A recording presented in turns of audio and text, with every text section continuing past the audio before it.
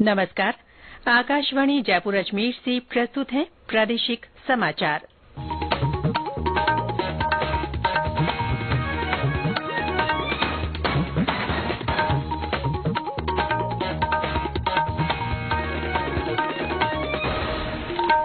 मुख्य समाचार।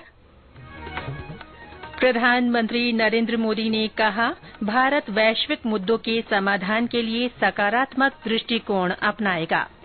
केंद्र सरकार ने बैटरी बिजली भंडारण प्रणाली के विकास के लिए सरकारी सहायता योजना को मंजूरी दी। मुख्यमंत्री अशोक गहलोत ने आज भीलवाड़ा के गुलाबपुरा से प्रदेश में लगभग 932 करोड़ रुपए के 409 विकास कार्यों का शिलान्यास और लोकार्पण किया। और जन्माष्टमी पर्व को लेकर प्रदेश भर के कृष्ण मंदिरों में विशेष व्यवस्थाएं, श्रद्धालुओं में उत्साह का माहौल।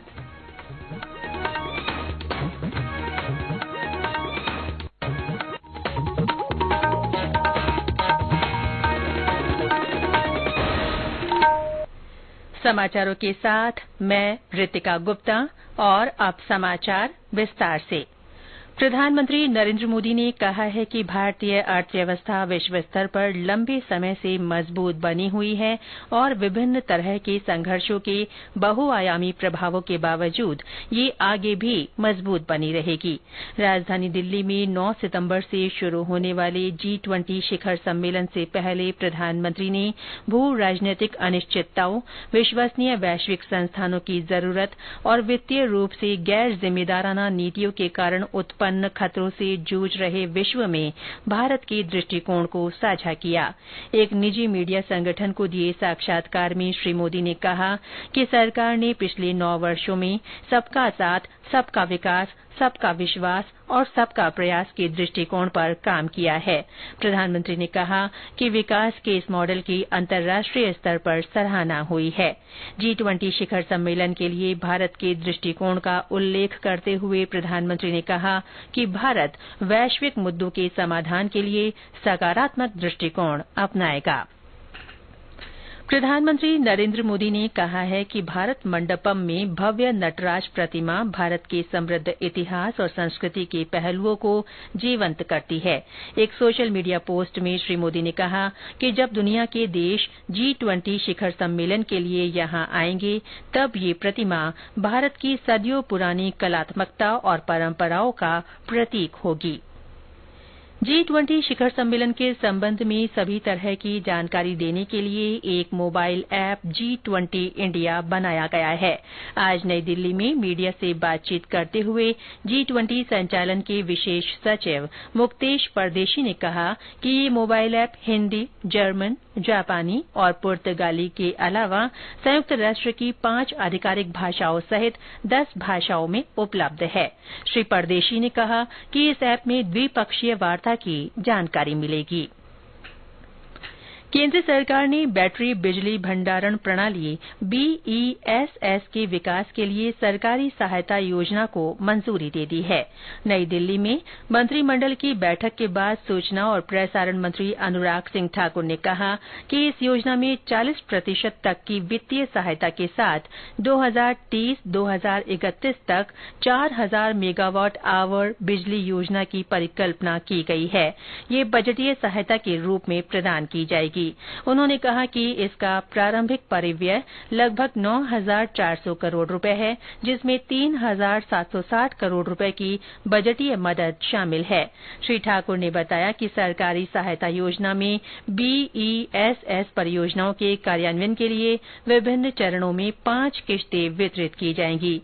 उन्होंने कहा कि योजना का लाभ उपभोक्ताओं तक पहुंचना सुनिश्चित करने के लिए परियोजना का न्यूनतम 85% वितरण कंपनियों डिस्कॉम्स को उपलब्ध कराया जाएगा। श्री ठाकुर ने कहा कि सरकार स्वच्छ और हरित ऊर्जा समाधानों को बढ़ावा देने के लिए प्रतिबद्ध है और BESS योजना इसे हासिल करने की दिशा में एक महत्वपूर्ण कदम है। उन्होंने कहा कि ये न केवल बिजली ग्रिड में नवीकरणीय ऊर्जा के एकीकरण को बढ़ाएगा, बल्कि ट्रांसमिशन नेटवर्क के उपयोग को अनुकूलित करते हुए बर्बादी को भी कम करेगा। आज जो बड़ा निर्णय उस दिशा में किया गया है वो बैटरी एनर्जी स्टोरेज सिस्टम की स्थापना के लिए वायबिलिटी गैप फंडिंग की योजना की स्वीकृति की गई है और इसके ऊपर लगभग 3,760 करोड़ रुपए खर्च किए जाएंगे। बैटरी एनर्जी स्टोरेज सिस्टम के ऊपर वायबिलिटी गैप फंडिंग स्कीम को लाकर मैन्युफैक्चरिंग फैसिलिटीज, इसकी क्षमता को बढ़ाने का काम होगा। ये 100% सेंट्रल ग्रांट रहेगी। देश में वित्तीय वर्ष 2023-2024 में आयकर रिटर्न आईटीआर की प्रोसेसिंग का औसत समय घटकर 10 दिन रह गया है। वित्तीय वर्ष 2019-2020 में आईटीआर का औसत प्रोसेसिंग समय 82 दिन था और 2022-2023 में 16 दिन था। आयकर विभाग ने कहा कि विभाग करदाताओं के लिए आईटीआर को जल्द और कुशल तरीके से संसाधित करने के लिए प्रतिबद्ध है। विभाग के अनुसार चालू वित्त वर्ष के लिए 6 करोड़ 98 लाख आईटीआर दाखिल किए गए, जिनमें से 6 करोड़ 84 आईटीआर सत्यापित हो चुके हैं। वहीं 2 करोड़ 45 लाख से अधिक रिफंड पहले ही जारी किए जा चुके हैं। ये समाचार आकाशवाणी जयपुर अजमेर से प्रसारित किए जा रहे हैं।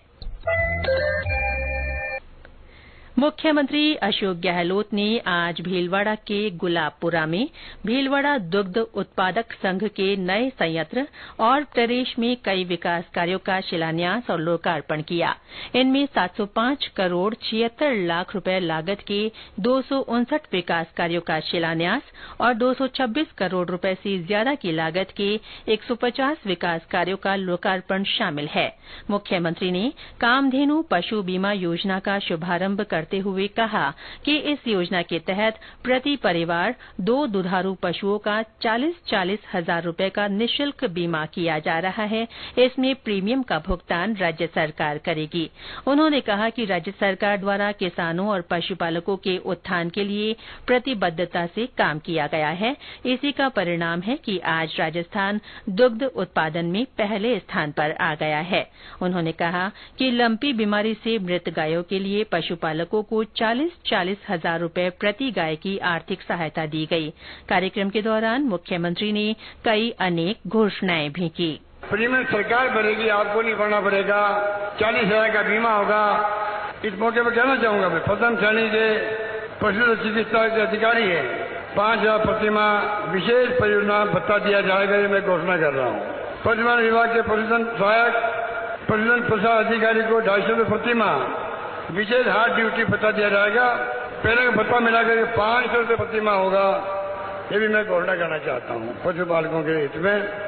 इसके अतिरिक्त पशुधन सहायक के वर्तमान पदनाम को संशोधित कर पशुधन निरीक्षक किए जाने की भी मैं घोषणा करता हूँ, जो बड़े लंबे समय आपकी मांग थी। समारोह के दौरान कांग्रेस के राष्ट्रीय अध्यक्ष मल्लिकार्जुन खड़गे भी मौजूद रहे। उन्होंने कहा कि राज्य सरकार के विभिन्न जन कल्याणकारी योजनाओं से जनता को लाभ मिल रहा है। श्री खड़गे ने कहा कि राजस्थान की उत्कृष्ट आर्थिक प्रगति सराहनीय है। कार्यक्रम के दौरान मुख्यमंत्री ने 173 दिव्यांगों को स्कूटी भी वितरित की। कार्यक्रम में विधानसभा अध्यक्ष सीपी जोशी और कई मंत्रियों सहित अन्य जनप्रतिनिधि और अधिकारी मौजूद रहे। भगवान श्री कृष्ण के जन्मोत्सव के उपलक्ष्य में मनाया जाने वाला पर्व जन्माष्टमी देश के कुछ हिस्सों में आज भी मनाया जा रहा है। कुछ हिस्सों में जन्माष्टमी कल मनाई जाएगी। जन्माष्टमी को लेकर प्रदेश भर के विभिन्न कृष्ण मंदिरों में विशेष व्यवस्थाएं और आकर्षक सजावट की गई है। जयपुर के परकोटे के बाजारों सहित गोविंद देव जी मंदिर के बाहर दुकानें सजी हुई हैं। श्रद्धालु कान्हा के जन्मदिन की तैयारियों में जुटे हुए हैं। जन्माष्टमी पर कल चित्तौड़गढ़ के श्री सावलिया जी मंदिर में मंदिर मंडल की ओर से एक ड्रोन शो किया जाएगा। करीब 1000 ड्रोन के जरिए रात 10 बजे आसमान में 12 रचनाएं बनाकर भगवान श्री कृष्ण की लीलाएं दिखाई जाएंगी। इन रचनाओं के साथ संगीत भी चलाया जाएगा। राज्यपाल कलराज मिश्र ने देश और प्रदेशवासियों को जन्माष्टमी की शुभकामनाएं दी हैं। राज्यपाल ने सभी से धर्म, सत्य और न्याय के मार्ग पर चलने का संकल्प लेते हुए श्रीमद् भगवत गीता के जीवन दर्शन को आत्मसात करने का आह्वान किया। उन्होंने भगवान कृष्ण से प्राणी मात्र की सुख, समृद्धि और खुशहाली के लिए कामना भी की। उदयपुर शहर के जोगी तालाब गांव के राजकीय उच्च माध्यमिक विद्यालय में आज एक हादसे में 2 छात्राओं की मौत हो गई और 3 विद्यार्थी गंभीर रूप से घायल हो गए। स्कूल में जन्माष्टमी के उपलक्ष्य में मटकी फोड़ का आयोजन था। मटकी बांधने के लिए रस्सी का एक छोर झंडा लगाने वाले पोल पर बांधा गया और दूसरा पानी की टंकी पर। रस्सी पर जोर पड़ते ही पोल पिलर सहित नीचे आ गया। हादसे में 5 बच्चे गंभीर घायल हो गए, जिन्हें अस्पताल ले जाया गया। इनमें से 2 बालिकाओं की मृत्यु हो गई। पुलिस के विशेष दल ने आज केकड़ी जिले के गोवलिया गांव में 2 तस्करों को गिरफ्तार कर उनके पास से 348 किलो से ज्यादा डोडा चूरा बरामद किया। तस्करों ने इसे कपास के खेत में छुपा कर रखा था। इसकी अंतर्राष्ट्रीय बाजार में कीमत करीब 36 लाख रुपए है। अतिरिक्त पुलिस महानिदेशक अपराध दिनेश एमएन ने बताया कि आरोपियों से पूछताछ की जा रही है। प्रदेश में विभिन्न स्थानों पर आज दोपहर बाद हल्की बरसात दर्ज की गई। झालावाड़ जिले में सुबह से बादल छाए रहे, कहीं कहीं बूंदाबांदी हुई। करौली जिला मुख्यालय और आसपास के क्षेत्रों में तेज हवाओं के साथ हल्की बूंदाबांदी हुई। वहीं चूरू में तेज बारिश दर्ज की गई। इससे लोगों को गर्मी और उमस से थोड़ी राहत मिली। मौसम विभाग ने आज कोटा, जयपुर, अजमेर, उदयपुर, भरतपुर और बीकानेर संभाग में कुछ स्थानों पर बादल गरजने के साथ हल्की बारिश की संभावना व्यक्त की है। पद्म पुरस्कारों के लिए नामांकन जमा कराने की आखिरी तारीख 15 सितंबर है। ऑनलाइन नामांकन इस साल 1 मई को शुरू हुए थे। पुरस्कारों की घोषणा अगले साल गणतंत्र दिवस के अवसर पर की जाएगी। और अंत में मुख्य समाचार एक बार फिर। प्रधानमंत्री नरेंद्र मोदी ने कहा है कि भारत वैश्विक मुद्दों के समाधान के लिए सकारात्मक दृष्टिकोण अपनाएगा। केंद्र सरकार ने बैटरी बिजली भंडारण प्रणाली के विकास के लिए सरकारी सहायता योजना को मंजूरी दे दी है। मुख्यमंत्री अशोक गहलोत ने आज भीलवाड़ा के गुलाबपुरा से प्रदेश में लगभग 932 करोड़ रुपए के 409 विकास कार्यों का शिलान्यास और लोकार्पण किया। और जन्माष्टमी पर्व को लेकर प्रदेश भर के कृष्ण मंदिरों में विशेष व्यवस्थाएं की गई हैं। श्रद्धालुओं में उत्साह का माहौल है। इसके साथ ही प्रादेशिक समाचार बुलेटिन समाप्त हुआ। नमस्कार।